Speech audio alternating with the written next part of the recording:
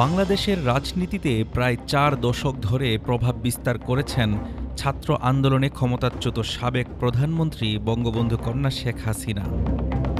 ১৯৮১ সালে নির্বাসন ভেঙে দেশে ফেরা থেকে শুরু করে ২০২৪ সালের ক্ষমতাচ্যুতি, পুরো পথটাই তার নাটকীয়তা, সংগ্রাম, উন্নয়ন আর বিতর্কে ভরপুর। এই কোটা আন্দোলনকারীদের কমপ্লিট শটডাউন আর তার ফলাফল আজকে এই অবস্থা। নির্বাসন থেকে দেশে ফেরা, এই মুহূর্ত থেকেই শুরু শেখ হাসিনার আনুষ্ঠানিক রাজনৈতিক যাত্রা। ১৯৭৫ সালের ১৫ই আগস্ট পরিবারের প্রায় সবাইকে হারানোর পর তিনি হয়ে ওঠেন আওয়ামী লীগের নেতৃত্বের প্রধান ভরসা। বঙ্গবন্ধুর কন্যা পরিচয়ে রাজনৈতিক আবেগ জাগালেও পরবর্তী আন্দোলন সংগ্রাম তাকে তৈরি করে গণতন্ত্রের লড়াইয়ের এক মুখ হিসেবে। ১৯৮১ সাল থেকে ১৯৯৬, এই সময়টায় শেখ হাসিনা ছিলেন রাস্তায় মাঠে সংগ্রামী রাজনীতির প্রতীক।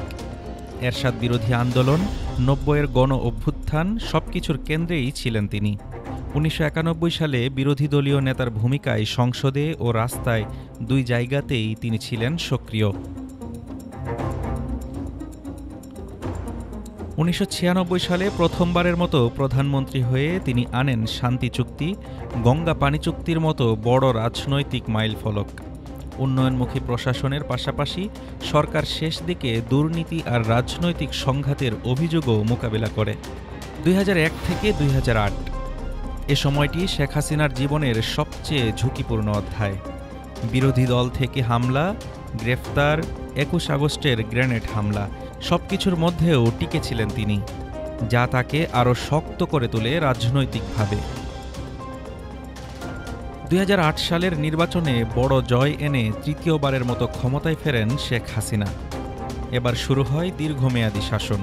এ সময় বাংলাদেশে ঘটে কাঙ্ক্ষিত অবকাঠামোগত রূপান্তর, পদ্মা সেতু, মেট্রো রেল, কর্ণফুলী টানেল, বিদ্যুৎ উৎপাদনে অগ্রগতি, ডিজিটাল বাংলাদেশ।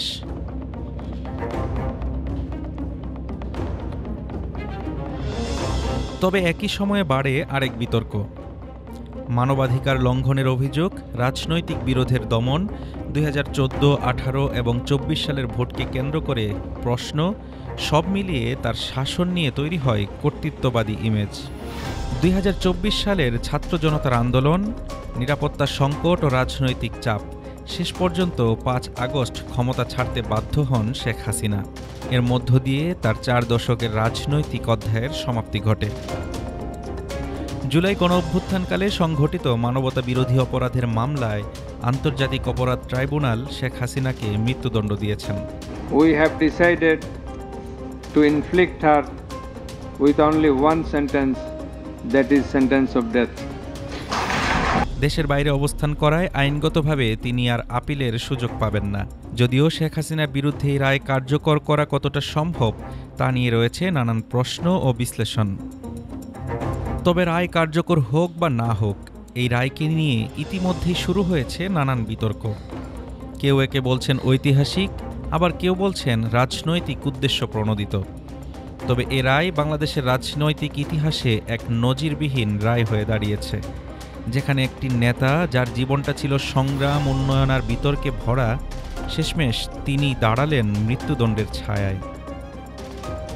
ব্যক্তিগত ট্র্যাজেডি, আন্দোলন সংগ্রাম, উন্নয়ন, রাষ্ট্রনেতৃত্ব এবং শেষমেশ মৃত্যুদণ্ড, এই দীর্ঘ যাত্রায় শেখ হাসিনা হয়ে ওঠেন বাংলাদেশের সমকালীন রাজনীতির কেন্দ্রীয় চরিত্র। তবে রাজনীতিতে শেষ কথা বলে কিছু নেই। সময়ই শেষ বিবেচনা করবে ইতিহাসের মানদণ্ডে শেখ হাসিনাকে কোন দৃষ্টিতে দেখবে, উন্নয়নকারী নেতা হিসেবে নাকি এক ক্ষমতাকেন্দ্রিক শাসকের প্রতিচ্ছবি হিসেবে। হাফিজুর রহমান তুষার, ঢাকা টুডে।